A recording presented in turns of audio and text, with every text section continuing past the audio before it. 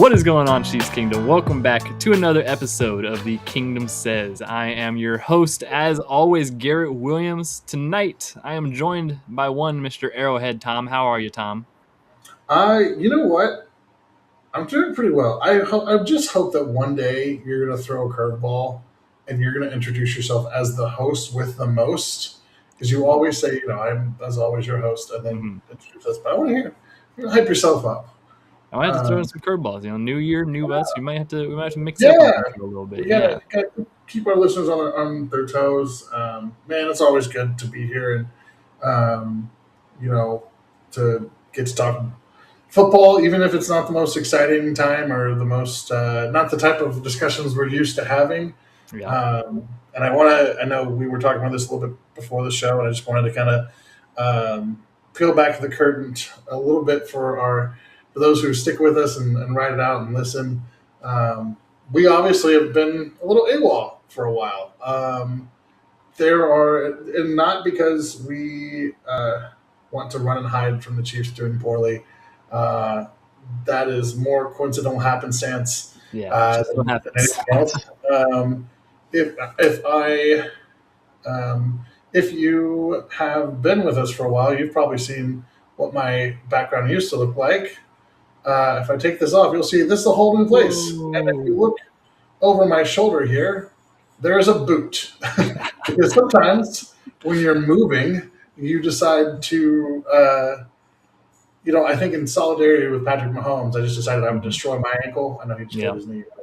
So some of that has been just my stuff. Obviously, Kyle isn't here. He's also moving and doing some other things, and it's been a heck of an end of the year for us. We appreciate if you're taking the time to listen and all that, to jump back in right now. We missed you guys. We hope that you missed us. As always, we don't like to beg for the likes and subscribes and the follows, because we know you get that from everything you listen to or look at on the internet, everything you hear. But it does help us. It helps us know that we're not just screaming into the void. I think we would do that anyways, just because we like to talk. That's true. Yeah. But we are just always thankful and humble for any support. As if you're here and you're like, man, I kind of miss seeing these guys pop up, make sure you're following so that that we're not just disappearing on the break. Last time we were, but we're always trying to do better, trying to be more consistent. But sometimes life it was kind of weird. It's synchronized this year for, I think, all three of us. All three of us have moved. Yeah. So kind of a weird year behind the scenes. Busy year, busy holidays. It's just it's been a little hectic at the end of the year, and it didn't help that the Chiefs weren't playing really good football. So not the most motivating thing to come on and want to talk about. But hey, we're here, we're back, we're still doing this thing, and like Tom said, we really appreciate all the support and love from you guys. And we're not going anywhere. We're gonna keep on trucking along here, and we have one of the more fun parts of this off season coming up now, because we have a high draft pick for the first time in forever, and we have just a lot of question marks on the team, so it's a lot of fun. And it's going to be a good time. It's going to be a good off season. The Chiefs off season has started a lot earlier than we've anticipated. With multiple happenings, multiple injuries. Obviously, the big one that we've missed since the last time we've come on, Patrick Mahomes tearing his ACL. Tom alluded to it a little bit, but as the loudest, I don't know if you can hear that, the loudest motorcycle ever just driving by. It drove by on the way when you were doing your intro, and he's coming right back. Just circle the block, right back around. There's this guy this is a little sidebar, I mean, might as well, but there's this guy who, probably the same guy, midnight to 1 o'clock every night, ripping right down my street. The loudest little it's crazy. He has not torn his ACL. Yeah, he probably has a perfectly functioning ACL. Patrick Mahomes, unfortunately, does not, after tearing it in. I don't even remember what game was that. Who were we playing? I couldn't even tell. Not Titans. Lost it from my memory because it was so traumatic. This has been, it's been a long time since this has happened. But basically, Patrick Mahomes tore his ACL in a game that we were it was the Chargers. I think it was. The Chargers. Yeah, it was the Chargers, and that was the game that they had to win to stay. Actually, I think at that point, even with the win, they couldn't make the playoffs. No, I think we could, but it needed some other things. They had to win. That was so the chances were already. It it was already heading to be a bad game anyways, and seemed like one that we were destined to lose. And then Pat tears his ACL, and that was kind of the season. That was kind of it. Gardner Minshew came in, threw a pick, and ended that game. And then he started the next game versus the Titans. Played like 6 snaps, got his knee injured, and just thugged it out for a couple quarters until all of a sudden, oh yeah, by the way, he's out with an ACL knee injury too. So on to his wasn't an ACL. It was the dislocation, like leg thing. It was something that they said that Tyreek had had. It's a painful injury. Like that injury, season-ending knee injury. Shout out to Gardner for trying to tough it out. But yeah, it was pretty clear. Like when just watched him, you're like, oh man, he's not. He couldn't drive the ball. I think he threw an early pick, or there was a pass that was just like it was clear that he was hurting. So they shut him down. So then we got Chris Oladokun. The young guy. He came in, had an okay game, played against Denver on Christmas, had a good performance. That was actually kind of an exciting series. Yeah, had a little bit of life there for a little bit after getting not a full week because it was a short week because it was a Thursday night football game. But so it's just been a wild roller coaster since the last time we've talked to you guys, and obviously the big thing being highlighted by Mahomes tearing his ACL. That not only impacts ends this season, but that also kind of leaks into next year's plans a little bit. You're going to have to go through most of the offseason program without him as your quarterback. So you're going to have to bring someone else in for those QE1 reps for a good portion. And then, he ended up getting surgery on that ACL the day after he tore it, basically as quick as he possibly could, just to get the rehab started as quick as possible. And he went to Dr. Dan Cooper, I believe his name is, the Cowboys team doctor, who is like one of the best in the business as far as sports injuries, ACLs, and all that stuff. So went to one of the best, got that thing taken care of as soon as possible, already starting the rehab. So that'll be something that obviously will kind of linger over the whole offseason. And I think there's a lot of optimism that he's going to be ready for the start of the 2026 season. But like I said, you're still missing QB1 for most of your offseason programs. And obviously we know that's kind of been a big thing, especially, him running some of those the Patrick Mahomes camps before the draft with some young guys, and then afterwards having his own OTAs and stuff that he's run. So it's going to be a little bit different looking off season for that reason and for many others. But yeah, it's I think, and I want to point this out because I know there's a lot of concern about, and part of that narrative, and maybe we're a little bit late to this discourse just because of probably. I made the joke in our group chat that, we were ending up on injured reserve between my ankle and some of the other stuff. Tom did join the IR suite. Yeah, I just want to point this out because there's been so looking at the Chiefs injury reports over the season, they had some kind of cleanup players they put on IR, in August, kind of ended training camp, cut down stuff, all that. October 21st, Omar Norman Lott is on IR for an ACL tear. That's the only other player that was placed on IR until the month of December. So, just real quick, the list of players that got put on IR with Kansas City in the month of December. On the 3rd, Josh Simmons. On the 6th, Chris Roland Wallace. On the 13th, Wanye Morris. On the 18th, Patrick Mahomes. On the 20th, Jawan Taylor and Leo Chenal. On the 22nd, Gardner Minshew. On the 24th, on Christmas Eve, Jalen Watson, Trent McDuffie, Tyquan Thornton, and Rashee Rice. On Christmas Day, Santa came down the chimney, kicked Nico Remigio in the knee, put him on reserve, and and I say that because a lot of these guys this late in the season, especially these guys who have made these postseason runs, I think Leo Chenal is a great example. Same thing with Jawan Taylor. They've been playing hurt. Yeah.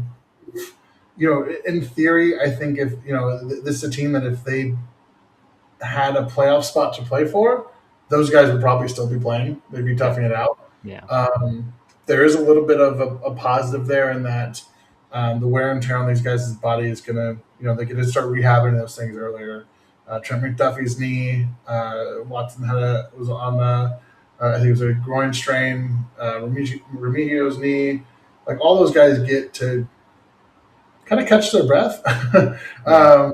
with the season being effectively over when it ended with Mahomes going down, um, and then them being mathematically eliminated. I think that's an interesting thing to watch out for, and then just kind of on the same injured or quick injury updates because I know we have the Raiders this weekend, and we probably won't talk too much about that game. Yeah. But Trey Smith has officially been ruled out. Jake Brandon-Sewell starting the new year on IR. He got placed on IR today. Today is the second. It looks like Worthy is going to be doubtful with an illness, and then looks like Jalen Moore was questionable with a knee. So when people are kind of panicking a little bit about the like, oh, all the stuff that Mahomes covers up, that is true. Mahomes has covered up for a lot of holes on this team for a while now. At the same time, it's not as bad as it looks because most of these guys we're playing third and fourth string tackles. Yeah. We're playing, second string, linebackers who are primarily special teams guys. We've got corners out there who haven't played most of the season playing football. Like there's I understand some of the panic and the frustration, but also let's keep accurate perspective on there are good players on this football team. A lot of them are hurt right now, Yeah. Yeah. and they don't have any reason to keep risking their well being and playing such a tough sport. So I'm not saying it's a good thing. I am saying though that when you think about um, next year and what that looks like, it could be pretty crucial to see some of these guys getting that early rest and recovery, getting those rehabs Yeah. started. So No, yeah, that would definitely be huge for sure. Now, the unfortunate, other side of that is there's some guys on that list, like you already mentioned, that unfortunately probably have taken their last snaps as Chiefs. Guys like Leo Chenal, Jalen Watson. I know he just put out an Instagram post kind of saying goodbye to Kansas City, essentially, because those guys are free agents, and it's still TBD of what kind of the offseason plans are going to be for the Chiefs as far as how much cap space they'll have and what really are the positions of need that they're going to need to target. But there's some guys, I mean, that it's going to be tough to see them have to depart, like Jalen Watson, and hopefully they can get someone done with Leo. And I know a lot of people want Jalen Watson back as well. And there's a lot of talk about Trent McDuffie and things like that. Maybe it could be his last season as well. Who knows? I mean, it's just a lot of uncertainty with some of these guys. So it's a culmination of the whole season kind of sucked. And it's unfortunate that some of those guys have to kind of go out that way necessarily, but also can't say enough about how impactful those guys have been and how good of a run that those guys have had. Like we can't underscore that. And some of those guys that are probably they're Chiefs legends forever. So that's at least we have that on them. But with how this season was going already, I feel like it's a little bit easier to be like, okay, it's unfortunate, but I think everyone's ready to kind of move on and try to field a better roster next year that'll just not look as poor as it did in some of these phases. I think there's just a little bit of, the Chiefs haven't been in this spot for a couple of years now, really not since the Andy Reid era has begun. So there's a lot of, I guess, what do you call it? Like what's the opposite of optimism? Pessimism. Yeah. There's just a lot of pessimism around some guys and maybe a lot of like, okay, I'm blanking on another word, like cynicism. Cynicism. Yeah, is that a word? Okay. That is a word. Okay. It's a real word. So it feels like there's just a little bit of that with some guys on the roster, and I think hindsight will look back and really appreciate what these guys did for us. But so yeah, like I said, there's not many left of them though. I tell you what, so many guys on IR now. There's just getting a couple guys that you can get, some of those young guys get some looks on them and whatnot. The Chiefs really hadn't done that a lot the first couple games of being eliminated. We still saw in the Titans game them rolling out basically everybody. On Broncos game, they rolled out basically like we weren't getting a lot of new looks at some of these young guys, just a little bit, after the absolute bare necessity of there's no more players left, so they have to put them in is basically how it forced their hand on a couple of these guys. So I can't say for certain that there's been anyone particularly in these past couple of weeks that have been like, wow, he's been Esapole is one guy I think has been really good in that left tackle spot. I think he's going to easily compete for the swing tackle spot next year. I think that's Mhm. crucial development and crucial film that you're getting on him. I don't know, Tom, if there's anyone else that you can think of that kind of jumps out to you of performances the past couple of weeks. Yeah. It's been good to see Noel Williams get more snaps after he started so hot this season and True. then disappeared, got sent to the gulags. I don't know I don't know if he insulted, Mrs. Spagnola's cooking or what, but Yeah. he, we just disappeared for a while. But he has looked more confident. He's looked good. One of the other guys I do want to shout out because I just feel like he's got more snaps in the last couple of weeks, and I think he's played with some energy and some hustle is Ashton Gelati for I third was going round to pick mention him too. Yeah. defensive. Gives me a little bit of hope. Obviously, he's not lighting the world on fire, but he's been there. He's been in position. He's making plays. He's getting off blocks. Um, yeah, I mean, and to circle back a little bit, this group of free agents, this is that 2022 class that kept our dynasty that the dynasty was built on. Yeah. Remember everybody that was after they traded Tyreek Hill, and it was okay. The Chiefs are doomed, and da da da da. Da. And then you have guys like Trent McDuffie, George Karlaftis. So I don't know who Sky Moore is. Brian Cook is another guy who's underrated in what he's given to this Mm-hmm. team. Leo Chenal, Josh Williams played important snaps. Jalen Watson, seventh round pick. Isaiah Pacheco, not great right now, but his first 2 years in the league were pretty good. Really Uh, good. Yeah. Seventh round pick. Najee Johnson, who was hurt, has been on IR since training camp, was a good important special teams piece. Got saw starting snaps. All those guys. I mean, that was such a good draft class. When you look at the draft classes that followed it, it's kind of depressing, if we're being honest. Yes, not as great. So they got 1, 2, 3, 4, 5, 6 starters out of that draft class in 2022. Greatest in Chiefs history, dude. Pretty easy, I'd say. Yeah. They got 2 starters in 2023, Shamari Connor and Yep. Rasheed Rice. Yeah. 2024, they got 3 starters, Worthy, Sulamataya, and Jaden Hicks. I'll count Hicks as a starter because he rotates Yes, enough you'd count them. Yeah. Yeah. It's also kind of in the doghouse, but Yeah. So, I mean, not been awesome. I think the 2025 class is looking better. Um, Simmons yeah, is Simmons for good. sure. Williams is good. You mentioned getting Royals some snaps, so and I think we've seen some more of Jeffrey Bassa. Yeah, and I think Rashad Smith. That's the other one that's looked really good. That's A another couple one. times, Yeah, couple of in that he's been a return highlight. game. Yeah. Yeah, just every time I will say this. Every time Smith has touched the ball this year, something good has happened. I would And agree. as a seventh round rookie, that's all I can ask for. Yeah. No doubt. Um, Yeah. I want to see him grow as a runner, but I think if he's your return guy, your gadget guy, you're in pretty good shape.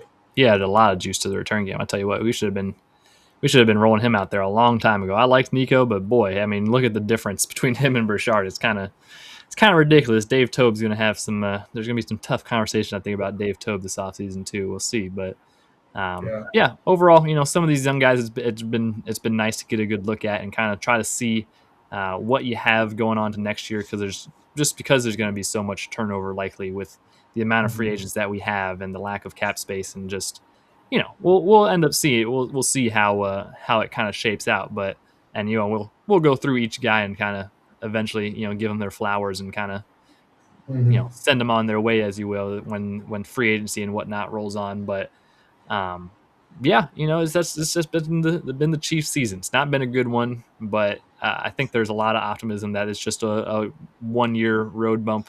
I don't think when you have Patrick Mahomes as your quarterback, you're never out of it for very long. And I think this season has been a good kind of wake up call, hopefully for the front office and the coaching staff to really, take a good look in the mirror this offseason and figure out, what they need to do, what they need to get back to. Can't just keep running back the same things that have kind of been working because they're not working anymore. That was kind of the theme of this year, was that they were running back most of what we did last year with the team, and instead of kind of patching up some of those deeper holes that we all kind of saw leaking through the cracks. We saw the running back room needed some help, needed some more juice there. We the defense, kind of losing some key guys like Justin Reed, and kind of relying on some newer guys to step in that roles, and just I don't know. There's been a lot, and there's a lot of optimism to start the season, and that kind of just ultimately it's just guys not playing as good as what they've used to do. So it's kind of tough to be like, well, it was silly of them, but at the same time, it's like you have to kind of prepare for those futures, and so I don't know. We'll get into it this whole offseason and really evaluate who's here and who's not. But we got one game left versus the Raiders. We got Chris Oladokun suiting it up one more time. Also, kind of a underrated and unfortunate storyline that we've been following is Travis Kelce.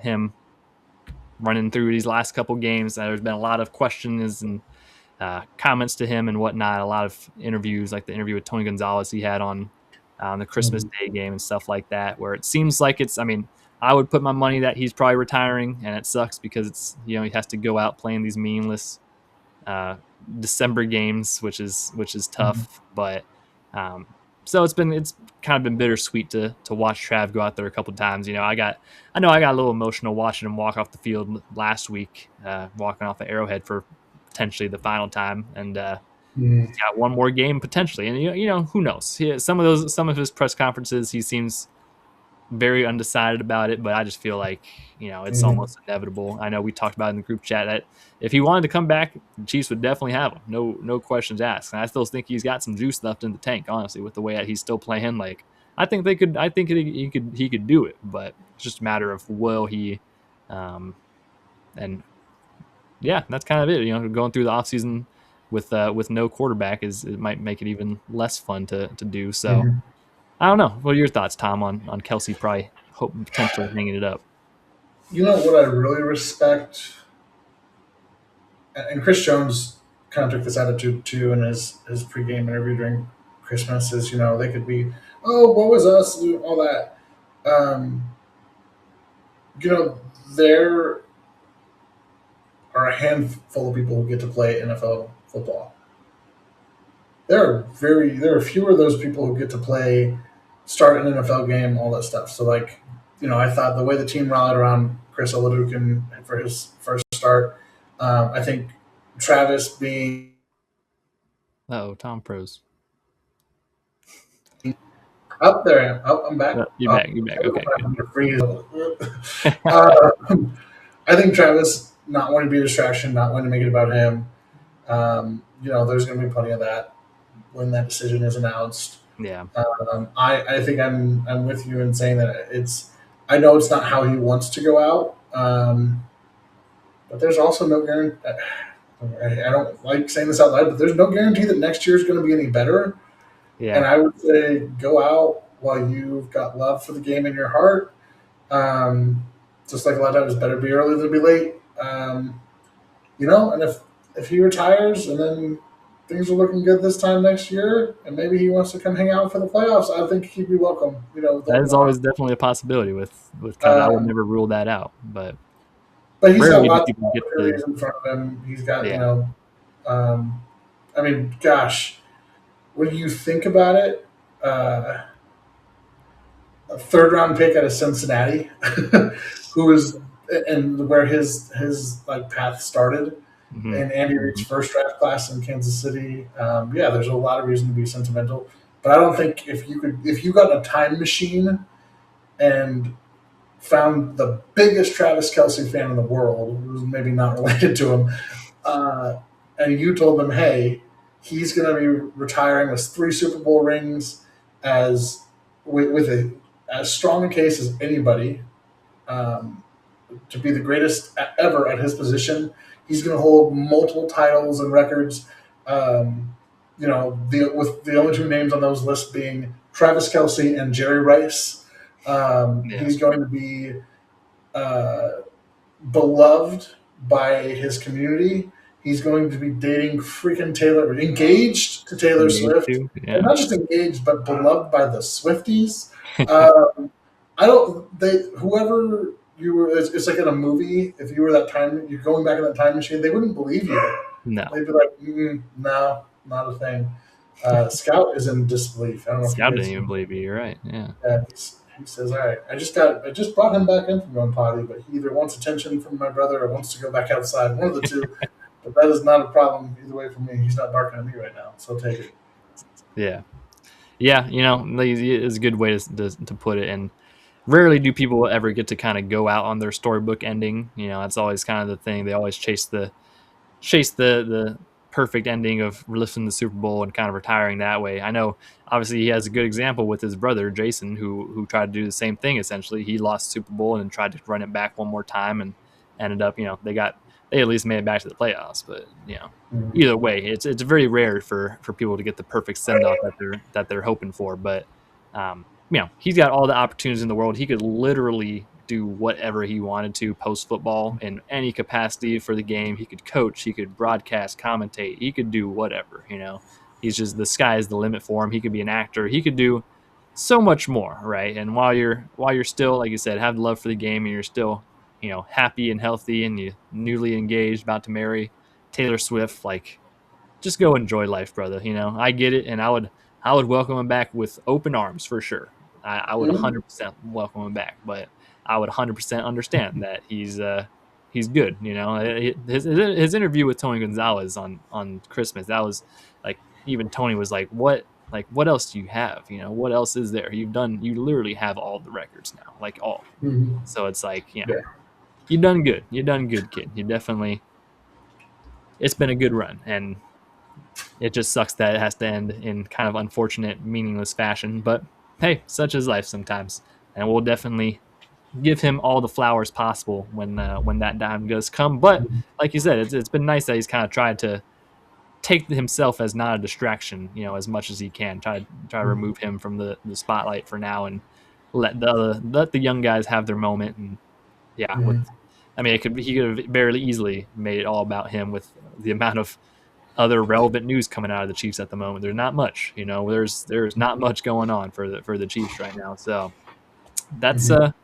shout out to Trev, and we'll give him his flowers a lot more later on. But that's something to just have in your mind, that you're probably going to be watching the last snaps of Travis Kelsey uh, this Week 18 game versus the Raiders in Las Vegas. So it was also doesn't have Geno Smith. They're tanking almost as bad, or trying to tank just as bad as we are. So it's Yeah. No Geno Smith on Sunday. yeah, Yeah. it's gonna be an ugly game. We might just skirt it out anyways. Just Who's their backup? Is it I have no what's Kenny his Pickett, name?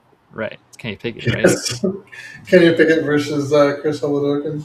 Yeah, Yeah. shoot. Hey, Chris, for what it's worth, he's shown some spunk out there. He definitely has shown some spunk. So I wouldn't be mad if he got the win, even though it might cost us a pick or two in the draft, which would be unfortunate. I do know one final thing: if the Chiefs win, Andy Reid will become the winningest head coach in whatever their stadium's called. What was their Oh, Allegiant Stadium. stadium? Yeah, though he'll become the winningest head coach That's there. funny. So that's kind of a fun thing to root for. But anyways, that's all. That's kind of the season for you. That's the Yeah. Chiefs 2025 season, Tom. 2026, we got a Hmm. lot of big things coming. Isn't that right? What There happened are. in 2026, Tom? Yeah. Well, um, it's going to look a lot different. There are some big decisions to be made on this Got top team. 10 pick, big Yeah. big Um, decisions, it's the contracts. first Yeah. time the Chiefs will be picking in the top 15 since Patrick Mahomes. Hmm. Um, but um, I want to start by saying right now it's hard. There's a lot of talk about the draft picks. There's some debates, and we'll get into that. I've got a list here. Um, the Chiefs have to be active in free agency. They're just going to have to be with the holes in this roster, which means that they're also going to have to restructure Mahomes. Probably look at restructuring Creed or Trey, either one of those guys.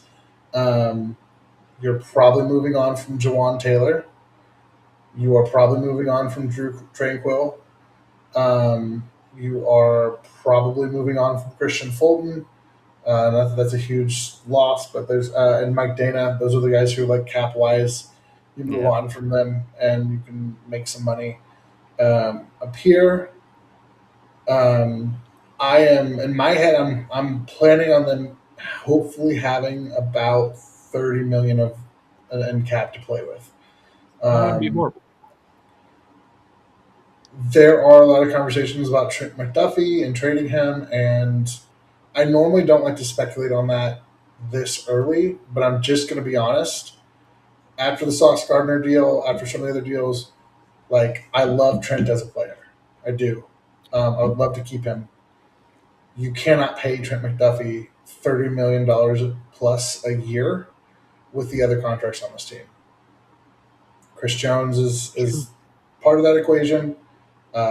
Trey and Creed got big, nice contracts, and we want them here.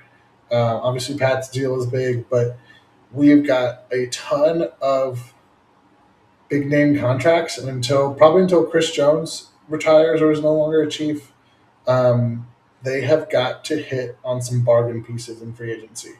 Now, the good news is I think there's a lot of potential for those players. Um, and as far as the Trent McDuffie thing, they still have him under contract for another year. I think you have to have the conversations about a trade. If you find a good deal, I think you have to entertain it because if nothing else, this team is really good at developing secondary players. That is But true. again, it's hard to argue you get better by subtraction. But this is a little bit different than the Tyreek situation. But yeah, but maybe making that move means you can take some of that money and give it to Jalen Watson and keep Sure. him around and keep Leo Chenal. I think if you look at it as, hey, yeah, we're losing this player, but we're getting back picks and we can keep two of our guys who are core to our system and core to our culture, I think that's important. So that's the most speculation I'll give that. I'll say, there's going to be, they have to add other players. They only have 6 draft picks as it is, and they have way more holes in their roster. And I'm not just talking like, oh, they need depth. I mean, like they have starting players that They got a right now lot of spots to fill. So that's the they biggest. don't. That's the biggest reason I can get behind the Trent McDuffie trade. And listen, I'm a biggest Trent fan as anyone as well, and I was very confident. If you would ask me last year at this time, like I was very confident that Trent would be the one to buck the trend of the Chiefs not playing corners. Right, like it's been consistent. We had Jarvarius Ward, we didn't pay him. L'Jarius Sneed, we didn't pay him. A couple other minor guys, but like I thought Trent was for sure going to be the one to kind of buck that trend just because of how versatile he is and how good of a player is. Obviously, multiple All Pros already as such a young career, but you know, as you look at the Chiefs roster, he is like kind of the Chiefs really only trade bait if you really break it down. Mhm. He's in the prime of his career right now, right? Like it's a little bit different situation than Sauce because they haven't paid him yet, so that's obviously a part of the deal is that the new team has to pay him, similar to the L'Jarius thing. You're also, I don't think you're quite getting as much as Sauce got, just because Trent really hasn't proven himself to be like a number one outside corner guy. He is super Mhm. versatile, and he's definitely going to be a really good contributor to whatever defense he goes to, but it's just a little bit different when you're talking about like a number one corner like Sauce Gardner is, I think, compared to what Trent's necessarily, Swiss Army knife role is. He almost kind of more of a like a Buda Baker or like something like that, where Mhm. it's like just you're viewing him as that piece as opposed to a cornerback almost because he's just if it, depending on how the new team uses him, but it seems in KC he's been more effective in the slot and the nickel and stuff Mhm. like that. So we'll see what the exact compensation is for him, but I mean, I could see you getting a late first and maybe a couple other picks, or you get a second and multiple picks, something like that. I feel like is a pretty safe estimate for what you can fetch for Trent if you decide to move from Mhm. him. I think the two teams to watch are both in the NFC West. The Los Angeles Rams and the Seattle Seahawks. Mhm. Trent has connections to both of those areas, but also if the Rams decide that they want to run it back and try to win one, if Matt Stafford comes back next year, there's the words I'm looking for, and they want to try to run it back or get one for him, get another ring for him. Um, and they just want to load up. We know that they're willing to part with picks. Yeah, they don't We care know about them picks. We'll take them from they you. haven't. Yeah, they have an early round pick this year that they'll probably use on a blue chip player. If I'm the Rams and I'm going all in like that, yeah, I would give you whatever, the 28th, 29th, whatever pick. And then maybe, so if we're looking at the model of like the sauce trade, I would say give me the end of the first round pick that you have this year, throw in maybe a fourth or fifth round as well. And then we'll have a conditional pick next year that's a second, but if you win the Super Bowl, it becomes a first. Easy. That'd be, yeah. I mean, I'd be down I for think it. that's a win-win for everybody. The conditional part is pretty, like it's just to say, hey, I don't want a late second round pick. I'd rather have a, late first. If they don't win the Super Bowl and they end up, in the middle of the Yeah, second let's see what round, pick that's still, anyways. I don't know. pretty I don't know solid about pick. the condition, but yeah, I understand the Yeah. sentiment of it. I do, and I could see that. I mean, that connection makes a lot of sense. Him being a California kid, I think the Rams defense as a whole is pretty. Could definitely they're. It's almost like the rich get richer type thing. Like they could easily just slot him in and not have to Yeah. rely upon him to be like their. Like if you went to like some worse team, they'd be bringing him in and have him like the number one corner.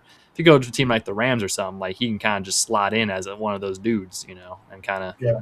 just Well, eat they have some pieces, but they don't have like a guy in that that cornerback corner. room. Yeah, He brings a lot of stability to that room, wherever you can use him.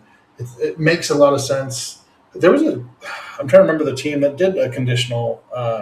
It was not that long ago. I think it was a quarterback too. It might have been the Rivers, the Cold Steel, or something. Um, it's not the most unheard of condition. no, I yeah, think. I've heard of it before. Yeah, I know. Um, Yeah, I think it just I've kind of seen hedges it. the bets for, a little bit for Kansas City. And honestly, if you win that Super Bowl, who cares about that Yeah, 30-second pick, right? I mean, and we know that from Brett Veach's track record, he has no idea what to do with the 32nd pick in the draft. So that is um, true. Yeah, that is true. That is kind he's of got it twice and fumbled both of them. been interesting. So yes, that's definitely the biggest kind of question mark I think you could say going into the offseason is, and that's kind of the first domino that's going to have to fall before you can kind of do a lot of things. Because like you said, Trent is still under contract for another year with that 5th-year option, so you have a little bit of cheaper control. I know the 5th-year option is still a little bit pricier than just like the base rookie salaries and stuff like that for And he's first going to round. have some escalators with that too, with his All Pro nominations. Right. And Yeah. like So that. it's gonna be. I mean, it's still gonna be a pricey addition, but we'll have to see how they kind of gymnastics around that and restructure Mahomes and restructure some of these other deals to try to free up some space that might allow them to keep Trent, or like you said, I wouldn't be opposed to moving him and then having those funds available to bring back a guy like Joan Watson and Leo Chenal for sure, and even maybe like a Brian Cook, because Brian Cook has played really good this year, and um, so I don't know. That's also part of the evaluation of like how where do you find these guys' ceilings at? I feel like Jalen Watson, you could still he has a higher ceiling. I think Leo Chenal, I think he has a good future ahead of him. But it's like, do you want to upgrade potentially? Do you want to try to get a potentially better, maybe a free agent vet or something like that in who brings a little more experience to the room? I don't know. That's going to be a big topic of valuing where, because like I said, I think you need to nail a couple free agent signings, right? We can't have another Christian Fulton and Elijah Mitchell, right? Like that's part of the reason. Like the Chiefs had like 5 free agent signings this year, and those were 2 of them. The other one was like Jerry Tillery. So it's like the Yeah. free agents, we need them to be more impactful, and the Chiefs have done it before. Like they had Drew Tranquil a couple years ago, who was a pretty impactful free agent. Obviously, Justin Reed came in; it was a really impactful free agent. Tyrann Mathieu.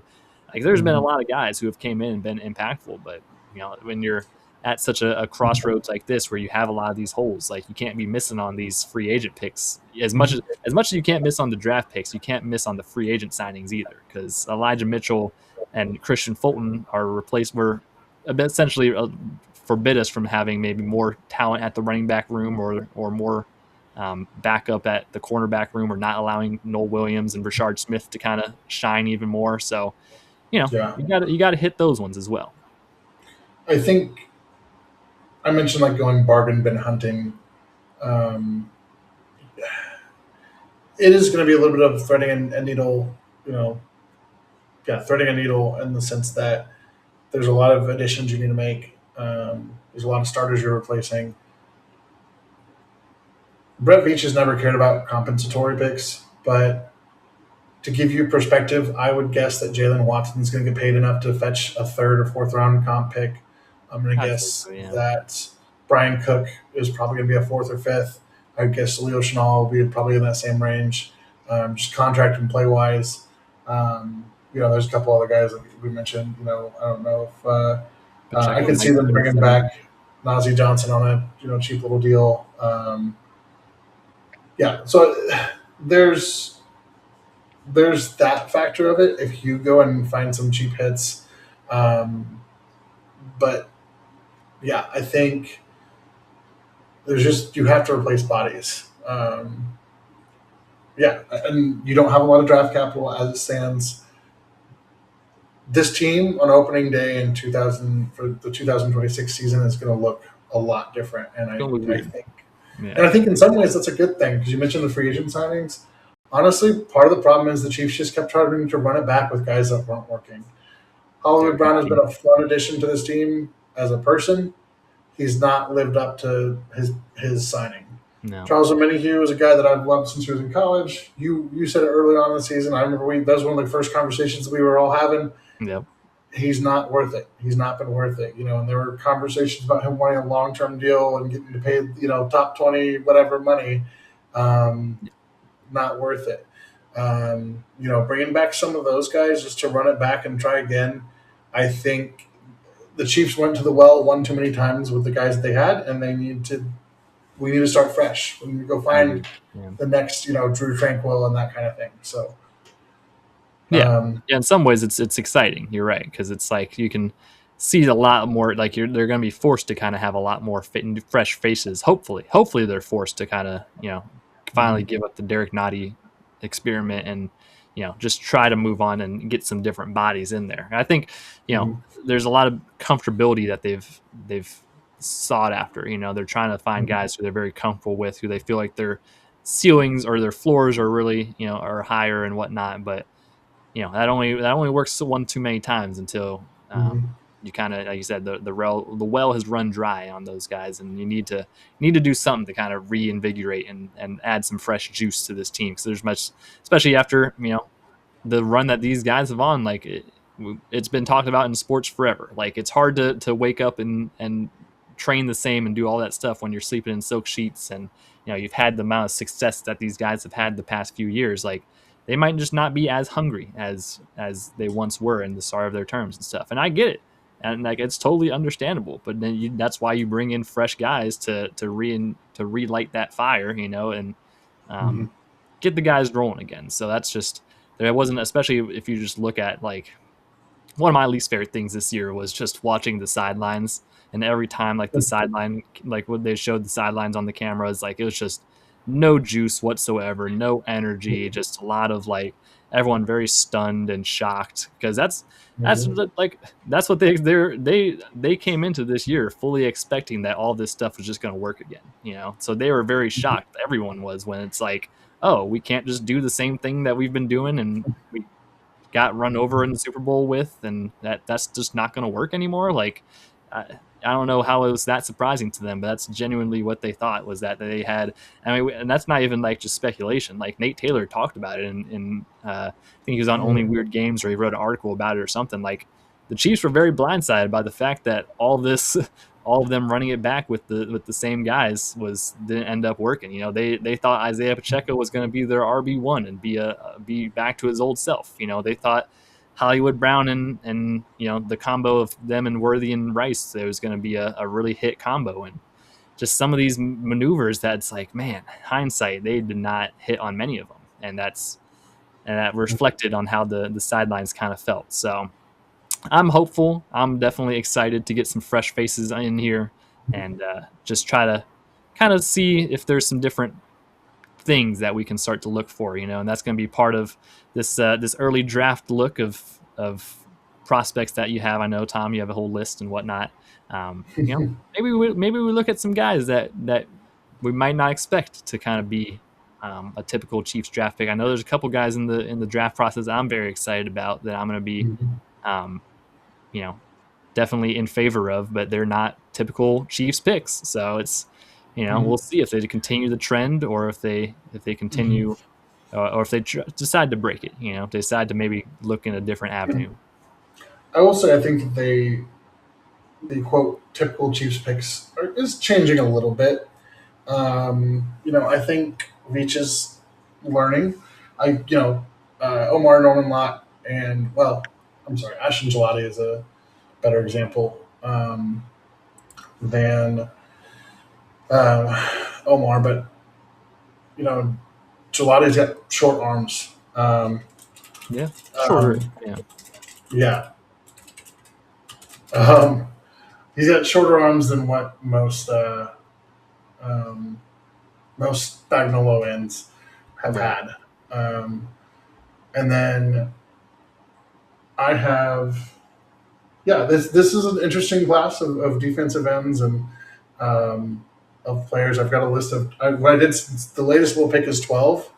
I made a list of the 12 guys. Like I didn't put Dante Moore on that list. I didn't put Fernando Mendoza on that list because they're not going to draft those guys. Yeah. So if we want to run through that, then you're welcome to ask me questions. I will do that. I'm excited to see this list. Yeah. We'll do that. So, but first, Missouri, your moment is finally here because DraftKings Sportsbook, America's top-rated sportsbook app, is now live in your state.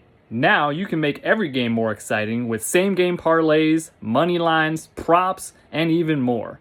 All from your phone, all safe, all secure, and easy to use. Now, Missouri fans know game day. The tailgating, the noise, the passion.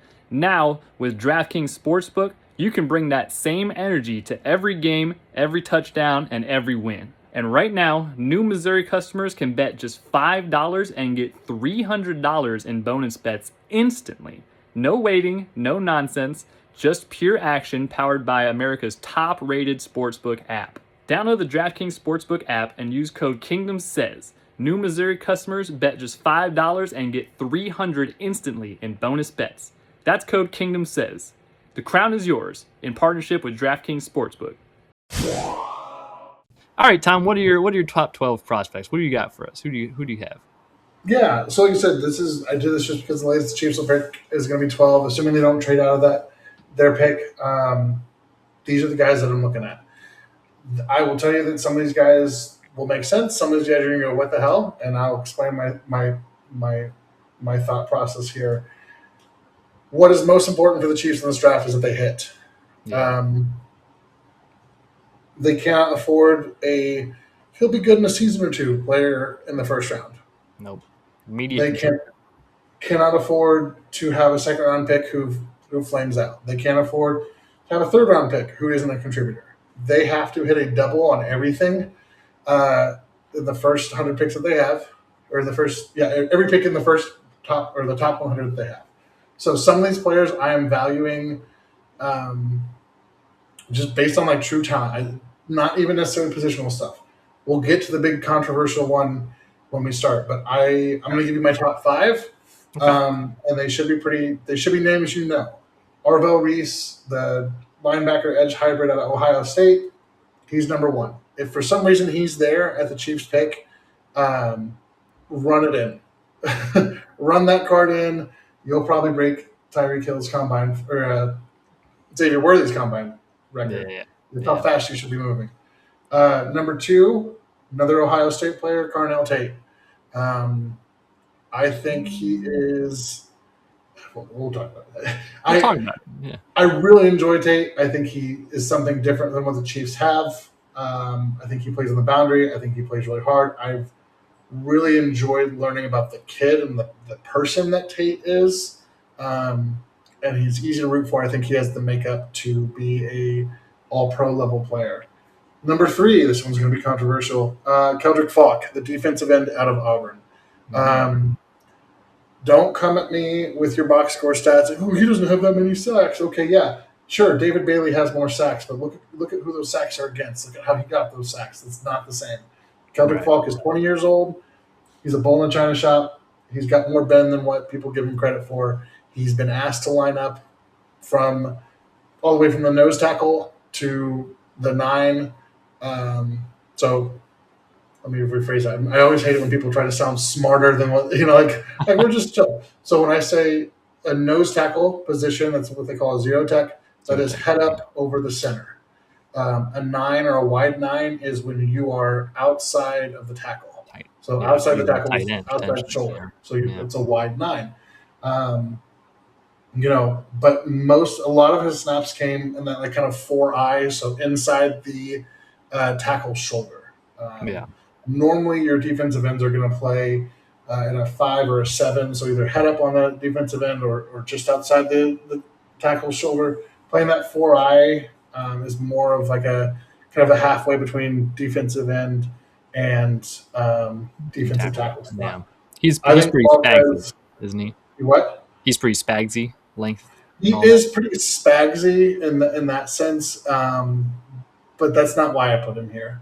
Okay. He is. It's nice that he's spagsy. It makes me okay. We don't have to worry about them skipping on a good player because of this.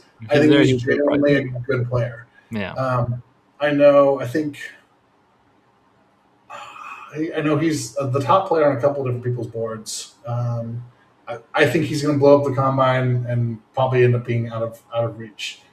Number 4 is the one that everyone's going to write about. I'm going to give a shout out to our friend Lance over at the Spoken Podcast because he talked about this tonight. I was over in his chat for their live episode talking about this. Jeremiah Love, running back out of Notre Dame.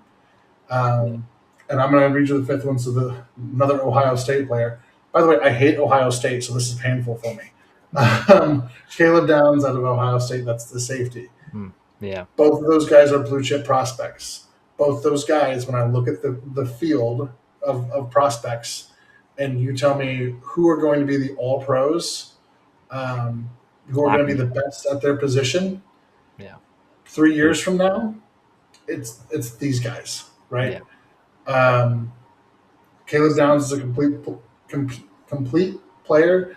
I was listening to, I believe it was Dan Brugler talk about him. And, he's not necessarily an Eric Berry level athlete, but he is an Eric Berry level, can do it all level safety. Oh, yeah. Eric Berry is that's near blasphemy for me to compare somebody to him. But yeah. Jeremiah Love. Let's talk about this for a minute. Okay. I get the argument to not take a running back in the first round. I understand that there are other running backs in this class. First of all, that is true, but there's no guarantee that they're going to be any good. They also don't offer – so, we're talking about the floor of a player. So when I say the floor, I mean, what are the chances that he becomes – even if it's his worst version of himself. If you draft him today, he never gets any better. I think you're getting a starting caliber back in Jeremiah Love. I think he has all-pro potential. I comped him to Le'Veon Bell when he was with the Steelers. If you're comparing him to how I see some of the other defensive linemen in this class, kind of playing out, I think value-wise, even taking in the positional value, Love is going to offer your football team as a whole more. The other part of this, one, he's valuable in the receiving game. One of the things that's been just frustrating as a Chiefs fan is, and the run game and the pass game is, they have all these tells because they're switching running backs out because they don't trust Isaiah Pacheco in pass protection. Yeah. So now Kareem Hunt is in, so we either know it's going to be a 1-yard run or a pass, right? Jeremiah Love is a guy you leave on the field for all 3 downs. 3 down back. Excellent pass catcher. That's why the Le'Veon Bell stuff comes up. Your all-world greatest of all-time quarterback is coming off an ACL injury. Outside of building up a absolute fortress in front of him, which you've already essentially done, the best thing you can do is give him a running game so that he does not have to do it all on himself. Part of the reason why he got banged up this year is because Patrick had to be our passing game and our running game. How many games this year did Patrick Mahomes lead our team in rushing? How many times did we see him take off? Because first down, second down, you're behind the chains, you're behind the sticks. When's the last time you saw Patrick Mahomes take a drive of football and just hand it off a couple times? No, we got a touchdown. We're good. He didn't have to do too much work. Been a few He's years. played more football than anybody else in the last 5 years, and he's had to do more as a football player on his own in terms of creating out of the backfield than any other player, maybe in a 5 year stretch in NFL history. Yeah. He's done a lot on his own. Carried. Protect him. Help him out. Yeah. Give him a Robin to his Batman so he doesn't have to do it all. And Jeremiah Love is you. I understand why people may freak out on draft day if it happens. I assure you, 2 years into that contract, you'll be going, I'm so glad we have this kid. Same thing with Caleb Downs. I understand safety is not going to be your biggest priority, but it's the draft is really simple, right? Sometimes people and there's different trends and there's positional. Here's the secret to the draft. Okay, are you ready, Garrett? Let's hear it. It's groundbreaking stuff. Okay, to succeed at the NFL draft, the number one thing you have to do: draft good players. That's it. Crazy.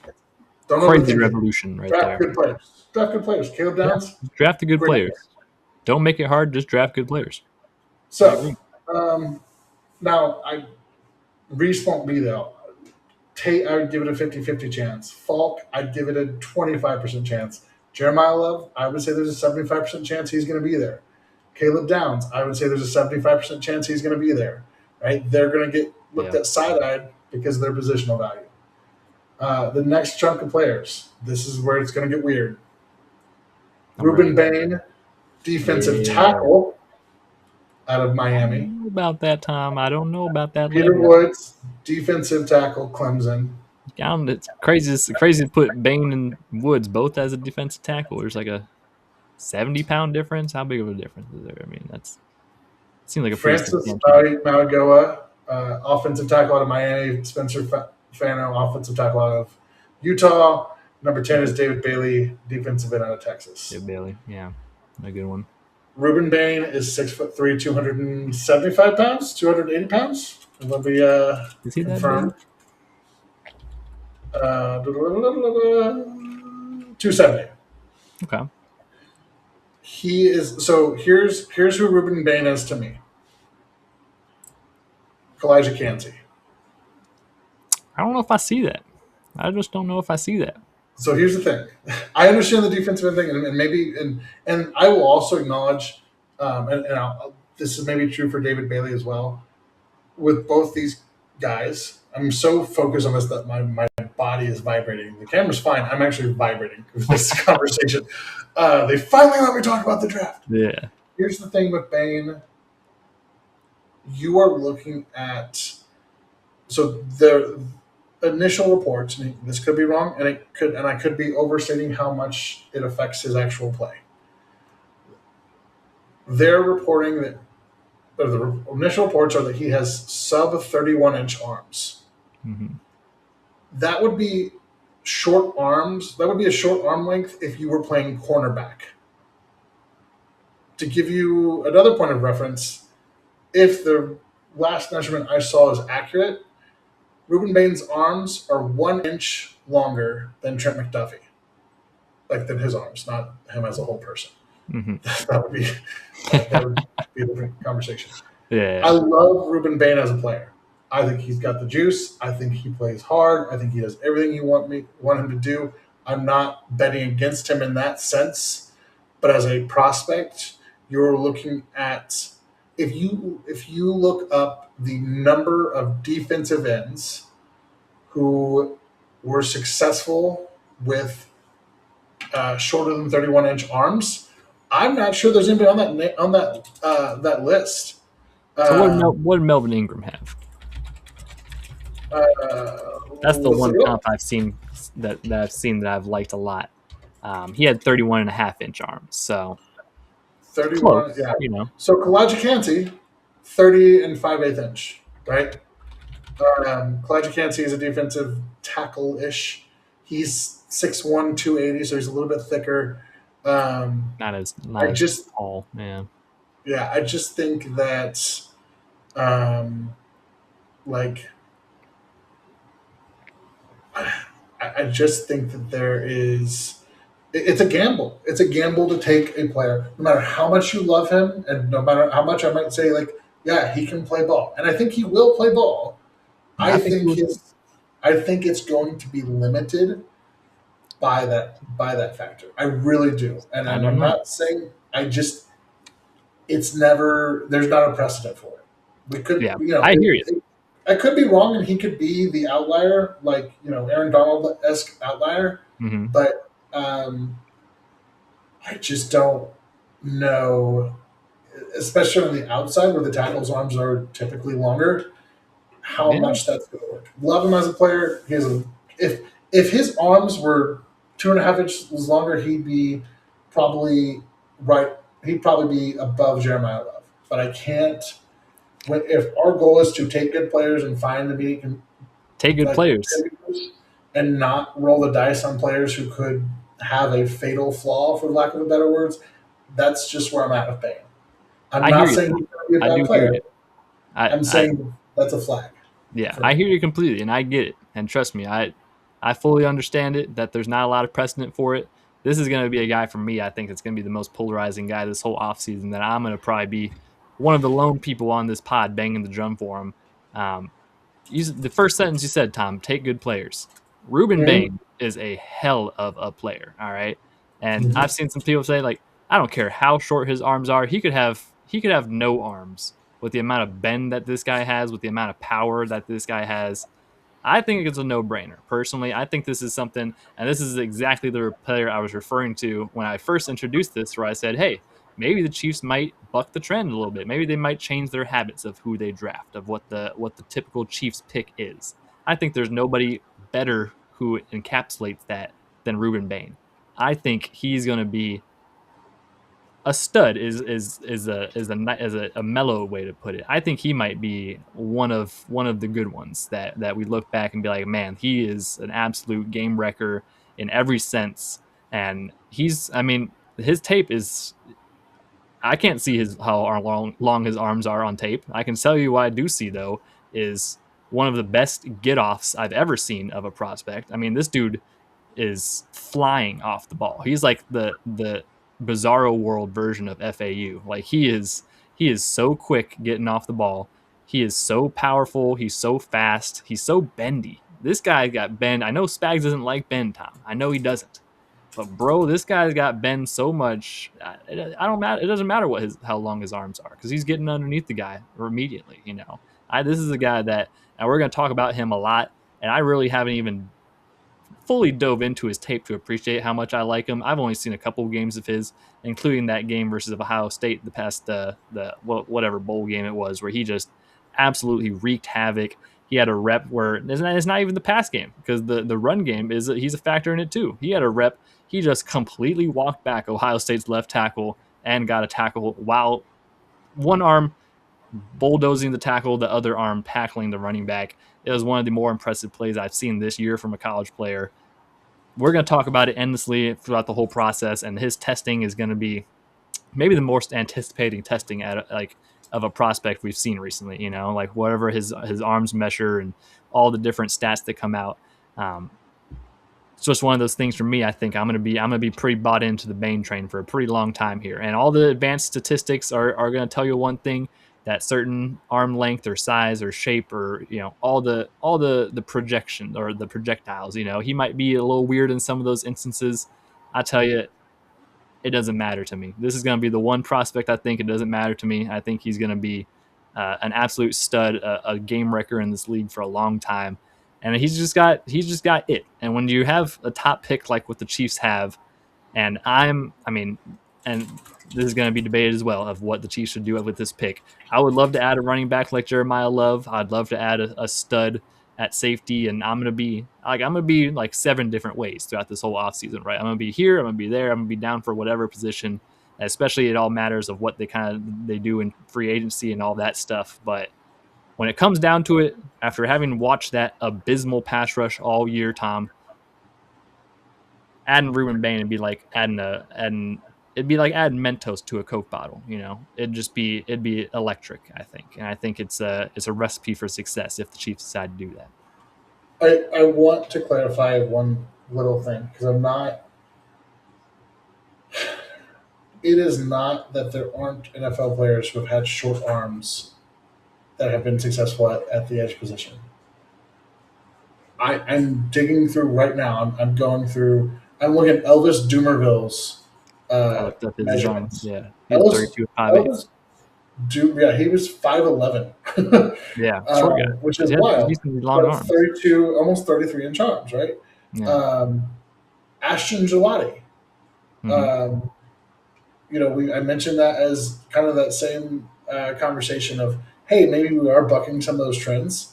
31 and 7/8 inch arms. He's in the that's the 95th percentile or the 5th percentile. So Mm-hmm.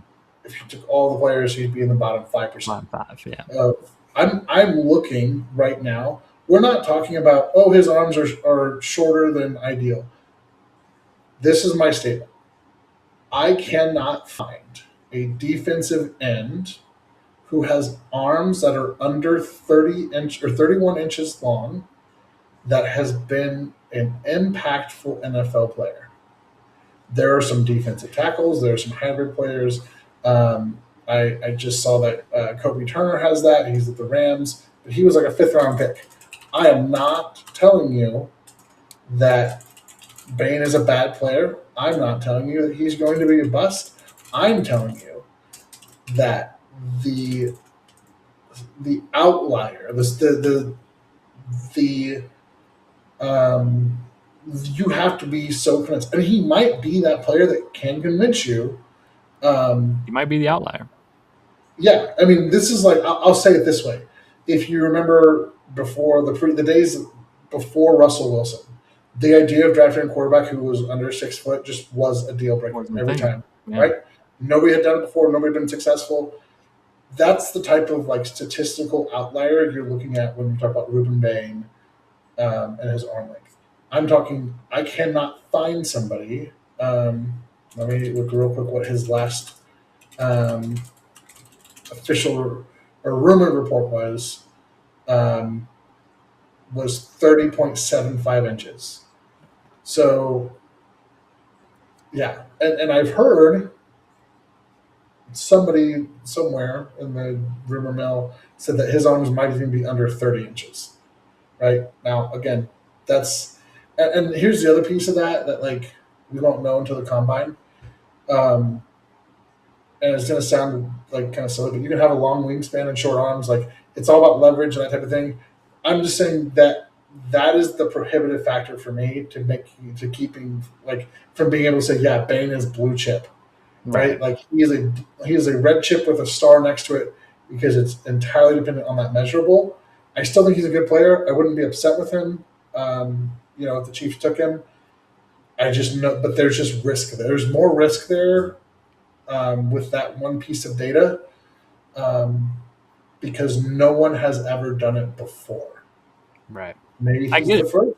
Yeah, and that's totally valid, and we're gonna depeg. Yeah, I'm very excited to see the measurements that come out for him, and I'm also excited to just dive into more people in this class. Because I know you're deep into it, but I'm still very early, and Ruben is he's a guy that's just caught my attention early as a guy that I think seems like a little bit of a no brainer. But I think there's others. The Falk guy, I think he'll be an interesting prospect.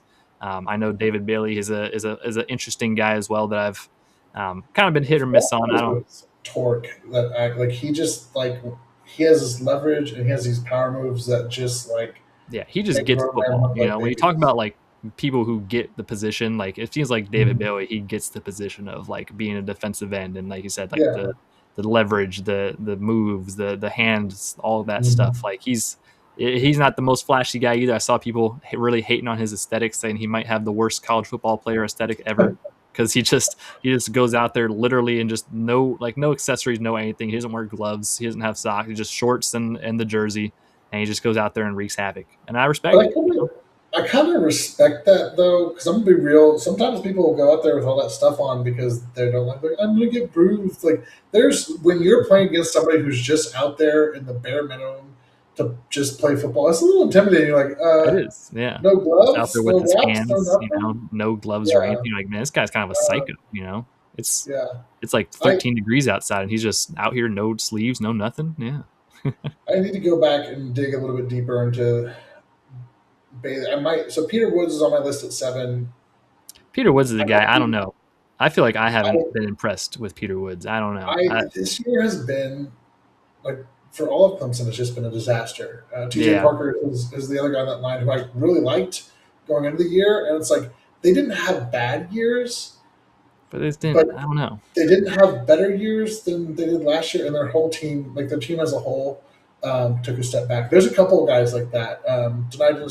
Dennis Sutton out of Penn State, who I think uh, coming into the season, people probably saw him as like a top 100, top 150 guy. He's probably a day 3 guy now, but he's got some tools. He's got some effort. Like it's just it's a strange. Like there's good players in this class.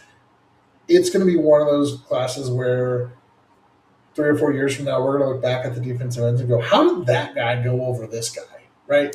Probably. Um, Yeah. There's so much and it might uncertainty. be, "How did Keldrick Falk get drafted before Ruben Bain?" I would bet money on that. Yeah. Yeah, and Peter Woods, I think he's. I'm probably being a little bit too safe there with that pick. I think Peter Woods is like, okay, I really want that home run in that first round. Peter Woods is like a safe double. Like, all right, He is super we're safe. I okay mean, he's here. just I know yeah. He I doesn't think he's really probably towards his flash. ceiling. You know. He's not going to get more athletic. He's not going to, but I think he's Yeah. going to be a solid guy. Yeah. Um, High floor, but the ceiling. It's yeah, I'm sorry. Yeah, high floor, yeah. maybe a lower ceiling. The two tackles, obviously, moving on from Juwan Taylor, protecting Patrick Mahomes is always going to be a Always priority. important. But Yeah. also, both those guys fit a narrative of like this line is getting bigger and beefier. And what I'm hoping is that the Chiefs will commit to doing a little bit more of that traditional run under center West Coast offense that we're seeing be very successful in the NFL right now. Let's talk a little bit more about David Bailey. He's I'm going to sound like a hater, and then I'm going to try to check myself a little bit. Very productive player. Was a really good player at Stanford. Made a big leap at Texas Tech, especially with pass rush production. Fun player to watch. Instinctive, natural movements. Just very fluid, silky smooth. Has the juice. Has some bend. I think he can use his length a little bit better, but I think it's there. When he was at Stanford, and this is going to sound like a spag. It's like, oh, gotta play the run. I'm not talking. So here's my concern with David Bailey. It's very similar to other things with the Chiefs. The other thing I have with like players this year, I'm valuing 3 down players a ton because It's one of valid. the Chiefs' biggest problems is they have so many niche players for so many different packages that they have to run Yeah, and they got switch to people stop out. that. Oh, Stop the they're going to power. run. Somebody send Derek Noddy in there. Okay, now they're passing. Now we can go put Charles Omenihu in a defensive tackle. No, stop it. I want a player who can be on the field for all 3 downs and kick ass no matter what the other team is trying to do. David Bailey's tape at Stanford was really, really bad against the run, to the point that there were times where it looked like Stanford was trying to like cover him up because they had him standing up more. Um, he has been better at Texas Tech, but I'm not sold on it. The other thing that is concerning with me is I know he has big sack numbers. Um, he has not gotten those sacks against like top quality um, Teams. competition. Yeah, exactly. Yeah, I saw he some of has his stats. Like most of it was yeah, like there was only a handful of sacks versus like top 5 or even ranked teams. I think was some. yeah, There's a lot of mid on that Texas Tech schedule that they faced. That kind of inflates those yeah, numbers a little bit. yeah. So half a sack against I don't even know what UAPB is. Arkansas Pine Bluff Golden Lions. I think that's a high school team. Um, 1 sack against Kent State. 1 sack against Oregon State. Yeah, one sack against Utah, which is a ranked team.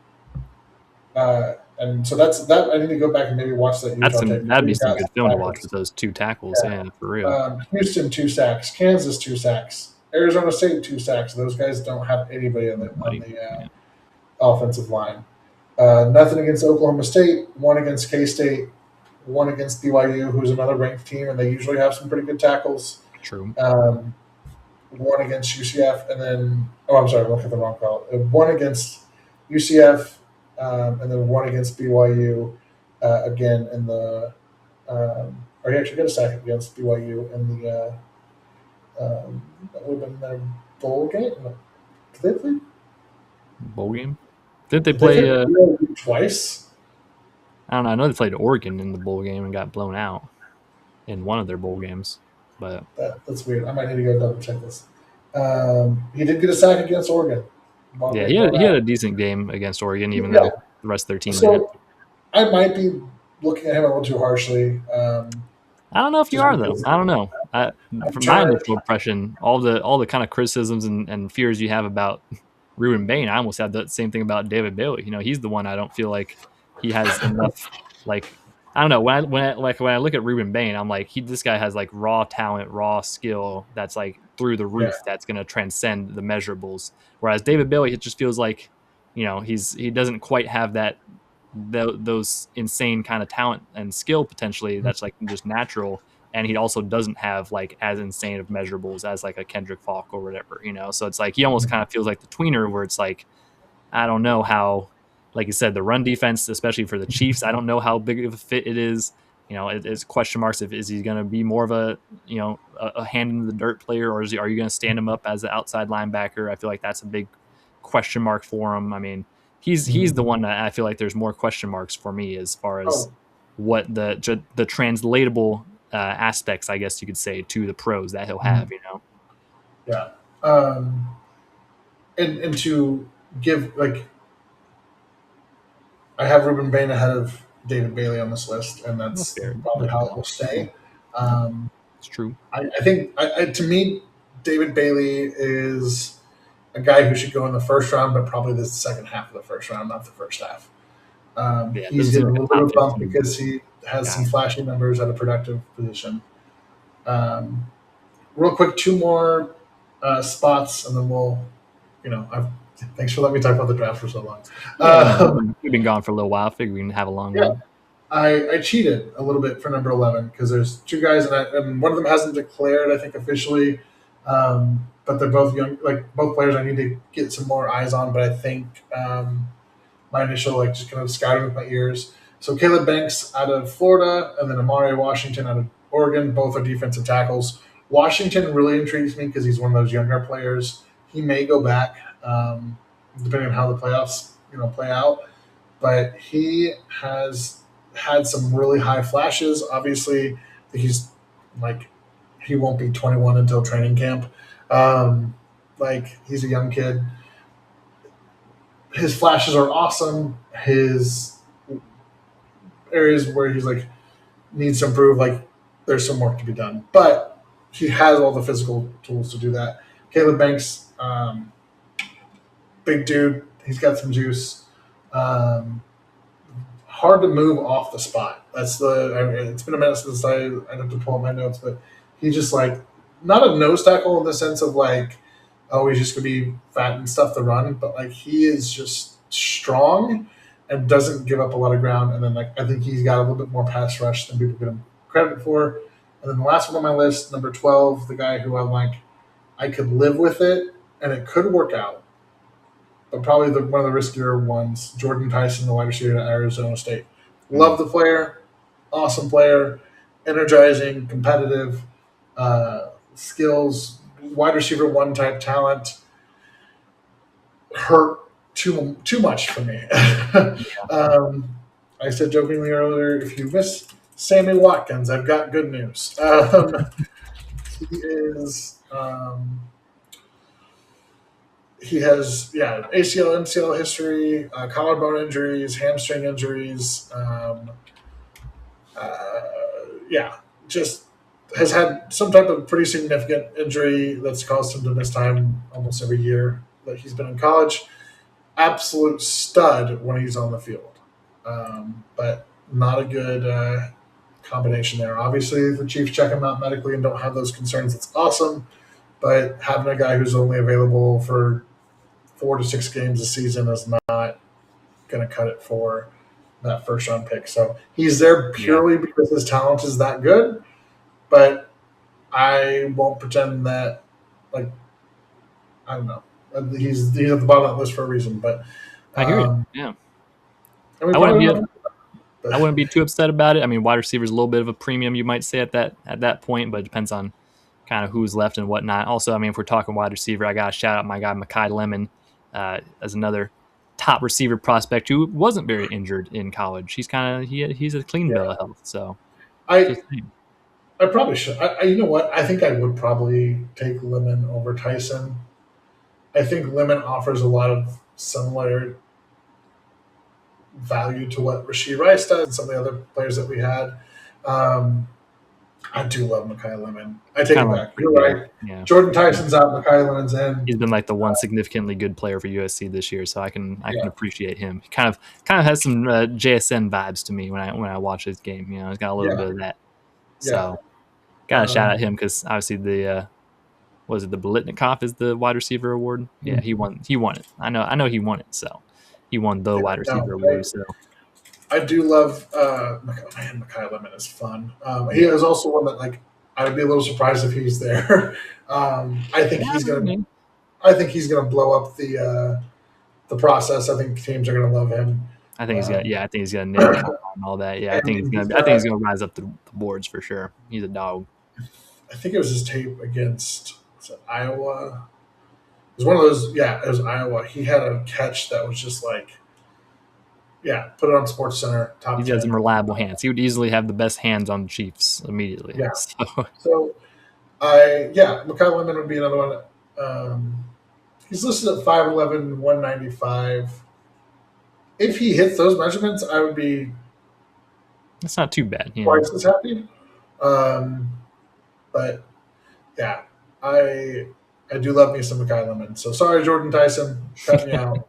Yeah, fight Maybe on. in round two, but yeah, Yeah, I think we kind of that was a good. I like that. We got a good kind of layout of some guys. Obviously, there's still a lot of draft process to be left, and we're going to talk about all these guys probably 10 times more in depth throughout the rest of the next couple months as testing comes out, pro days and combine and all this stuff as the college football playoff finishes, and some of these guys finish their college careers. So it'll be interesting. It's definitely a very unique position that the Chiefs are in this year, where they have such a high draft pick and. Um, it's almost like you have less guys to evaluate actually because you're really it's not like we're picking in the 30s where it's like well the top the anywhere from 15 to 25 could potentially fall to us or then you're kind of looking at the next tier of like 25 through 40. Now it's like if the guy is not a top 15 talent we're not taking him unless we trade back or something like that, so it's a little more um, a little more diligent on some of these higher draft picks that we're not used to doing. We're always like, all right, well, here's our edge one. It's not the edge one because there's going to be four better edge rushers that go way before us. But it's one of those situations where it's like, hey, our edge one actually might be like the edge one of the class or all these different positions. So fun spot to be in. We're definitely going to have a lot of good draft coverage for you guys this year. I know we already have some plans of some exciting things we want to do. And we always want to be a little more connected to you guys. So if you made it this far, we really appreciate you. Happy New Year to everyone. Hope everyone had a great holiday and everything like that. Even though the Chiefs haven't contributed to that holiday happiness the past couple weeks, but it's always a good day to be a Chiefs fan. And I think a lot of people have taken these past couple weeks to kind of reflect on the dynasty so far because it's not over, but it's how great of a run it's been for these past 8 years or whatever it's been since Mahomes has been here. It's been unbelievable, and it really makes you appreciate that stuff a lot more when you have seasons like this. So we're gonna be back. We're gonna be back to the top of that mountain in no time. And but before then, we got to talk about all the stuff in between, how we get there. So we're gonna be talking a lot more frequently now that the new year has rung in and we're a little more settled in. And we hope you all enjoy it and join us with as much excitement as we have for the process that we're about to indulge in, because it's just a little bit different for us. So appreciate you rocking with us. Be sure to follow us at Kingdom Says Pod, Facebook, X, and Instagram. Check us out over on YouTube, Spotify, Apple Music, wherever you get your podcasts at. Especially check us out on YouTube. We really appreciate the YouTube support. I think we've got bigger plans for that coming this 2026 year. It's going to be a good year, 2026 for the Kingdom Says. I think there's a lot of hope and optimism going forward. So we appreciate you all for rocking with us. Have a great rest of your day or evening or night or morning or wherever you're at. And we will see you guys on the next episode of The Kingdom Says.